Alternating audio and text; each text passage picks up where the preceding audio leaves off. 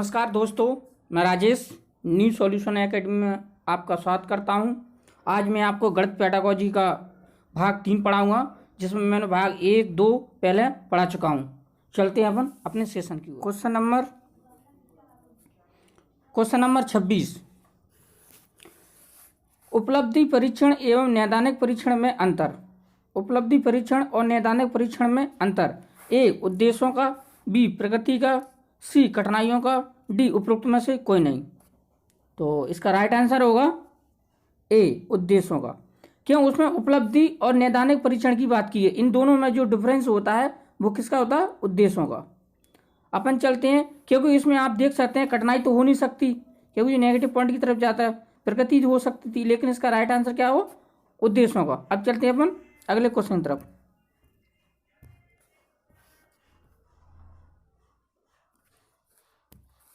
Question number 27। मनुष्य के जीवन की गतिविधियों में गणित का सर्वाधिक उपयोग होता है। मनुष्य की जो गतिविधियां होती हैं, क्रिएटिविटी होती है, उनमें गणित का सबसे ज़्यादा उपयोग होता है। ए, सांस्कृतिक। बी, मनोवैज्ञानिक। सी, सामाजिक। डी, धार्मिक। तो इसका राइट आंसर होगा सी, सामाजिक। क्योंकि समाज में सामाजिक तरीके से गणित का हर जगह उपयोग होता है, चाहे वो कोई भी चीज़ हो। अब चलते हैं अपन अगले क्वेश्चन की तरफ।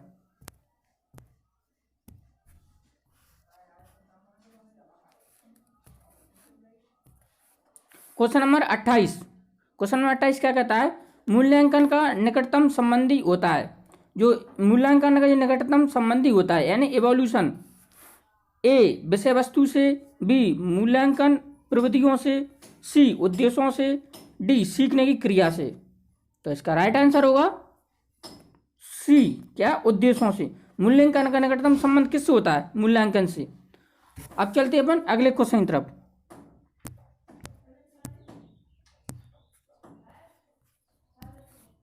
Question number 29। सर्वाधिक प्रभावशाली शिक्षण सामग्री है। सर्वाधिक प्रभावशाली शिक्षण सामग्री। ए, अप्रत्यक्ष। बी, प्रत्यक्ष अनुभव। सी, प्रक्षेपित। डी, उपरोक्त में से कोई नहीं। तो इसका राइट आंसर होगा बी, प्रत्यक्ष अनुभव। क्योंकि सर्वाधिक प्रभावशाली शिक्षण सामग्री आदमी कोई प्रत्यक्ष अनुभव किसी का लेता है डायरेक्ट, तो उसका सबसे ज्यादा प्रभाव पड़ता है। अब चलते हैं अपन अगले क्वेश्चन की तरफ।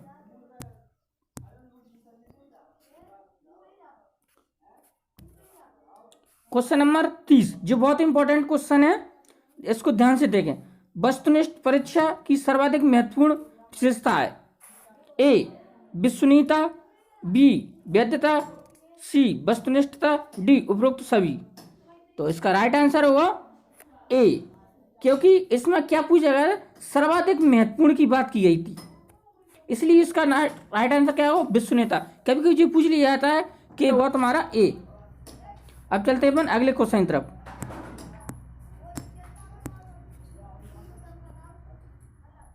Question number 31। क्वेश्चन नंबर 31 क्या कहता है? यदि आप की कक्षा में कोई छात्र गणित विषय में कई बार अनुत्तीर्ण होता है, यानी कि फेल, तो छात्र गणित के किस क्षेत्र में कमजोर है यह जानने के लिए क्या करेंगे? ए, लिखित कार्य। बी, मौखिक कार्य। सी, निदात्मक कार्य। डी, उपचारात्मक कार्य। तो इसका राइट आंसर होगा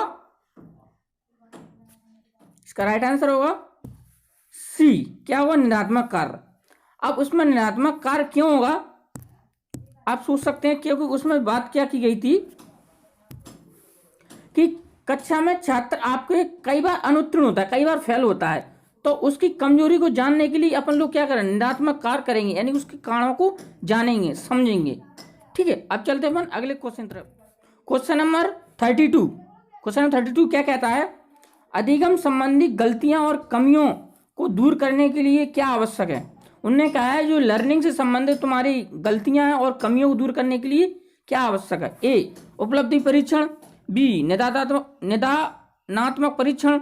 सी, उपचारात्मक शिक्षण। डी, सूक्ष्म शिक्षण। तो इसका राइट आंसर होगा सी, उपचारात्मक शिक्षण।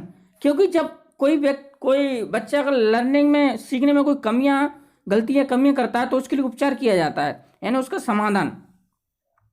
अब चलते हैं अपन अगले क्वेश्चन की तरफ। उसको दूर करने के लिए क्या उपचारात्मक शिक्षण दिया जाता है।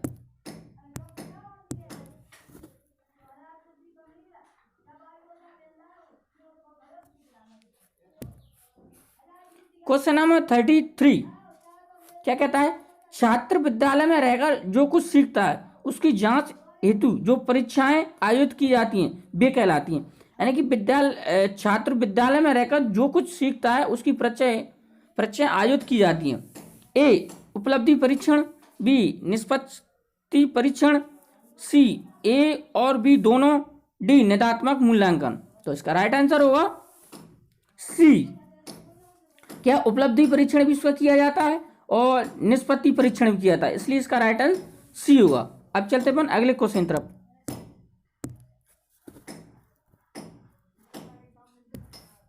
क्वेश्चन नंबर 34 कमजोर और पिछड़े बालकों के लिए उपचारात्मक शिक्षण का उपयोग किया जाता है।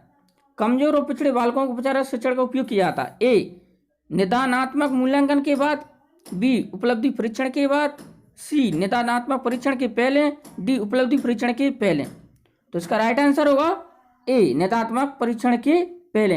अगर कोई बच्चा कमजोर है या शिक्षा में पिछड़ा हुआ है तो उसको उपचार के लिए सबसे पहले इसका निदात्मक मूल्यांकन के बाद किया जाएगा, यानी उसकी जानकारी समझ जाएगी कहाँ उसकी कठिनाई आ रही है। अब चलते हैं अपन अगले क्वेश्चन की तरफ।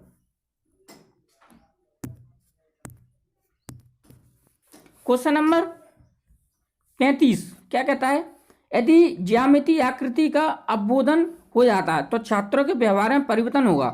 उन्होंने कही अगर ज्यामितीय आकृति का अवबोधन हो जाता है तो छात्रों के व्यवहार में परिवर्तन होगा। ए आकृति का वर्गीकरण करने का, बी वैसी आकृति को खींचने का, सी आकृति की प्रशंसा करने का, डी गणित परीक्षण पट्टा ज्यामितीय आकृति का प्रदर्शन करने का। तो इसका राइट आंसर होगा 35 का ए, क्या होगा आकृति का वर्गीकरण करने का, क्योंकि जब ज्यामितीय आकृति अवबोध हो जाता है उसका क्या आकृति का वर्गीकरण किया जाता है, यानी उसको बांटा जाता है। अब चलते अपन अगले क्वेश्चन तरफ।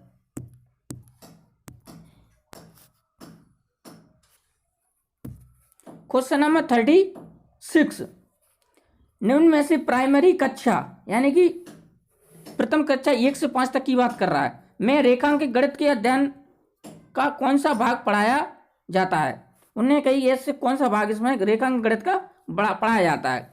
ए औपचारिक रेखांकित गणित, बी अनौपचारिक रेखांकित गणित, सी ए और बी दोनों, डी उपरोक्त में से कोई नहीं।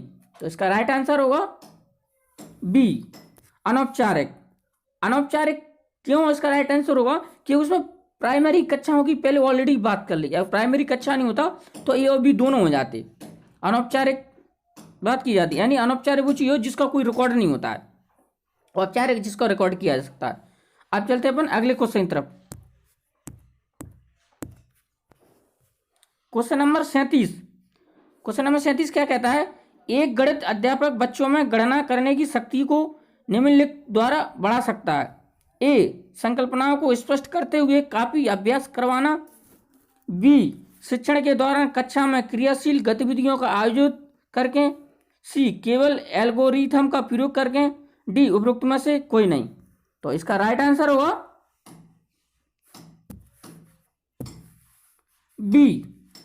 इसका क्या उनमें बी शिक्षण के दौरान कक्षा में क्रियाशील गतिविधि यानी एक्टिविटी कराकर ये कार्य को कर सकता है। क्योंकि बच्चों में क्या है एक गणित अध्यापक कक्षा में गणना करने की शक्ति को निम्न द्वारा बढ़ा सकता है, यानी कि जो अध्यापक गणना जो पढ़ा रहा है वो क्रिएटिविटी द्वारा आयोजित करके इस चीज को बढ़ा सकता है। अब चलते हैं अपन अगले क्वेश्चन तरफ।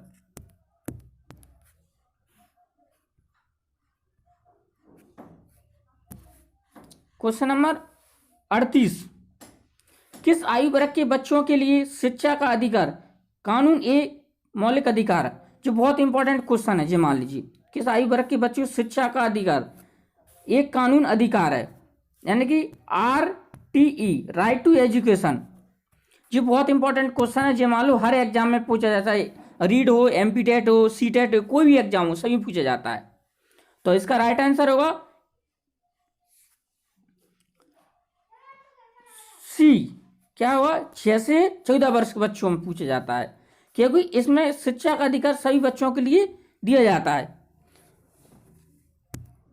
दोस्तों, ये अपने सेशन के लास्ट क्वेश्चन था, और अगर ये सेशन आपको अच्छा लगता है तो लाइक कमेंट सब्सक्राइब किया करो, जिससे आने वाली नोटिफिकेशन आपको जल्दी मिल जाया करे। और आपको सेशन अगर अच्छा लगता है तो आप हमारे कमेंट बॉक्स में अपनी सुझाव जरूर दिया करो। इसी के साथ जय हिंद।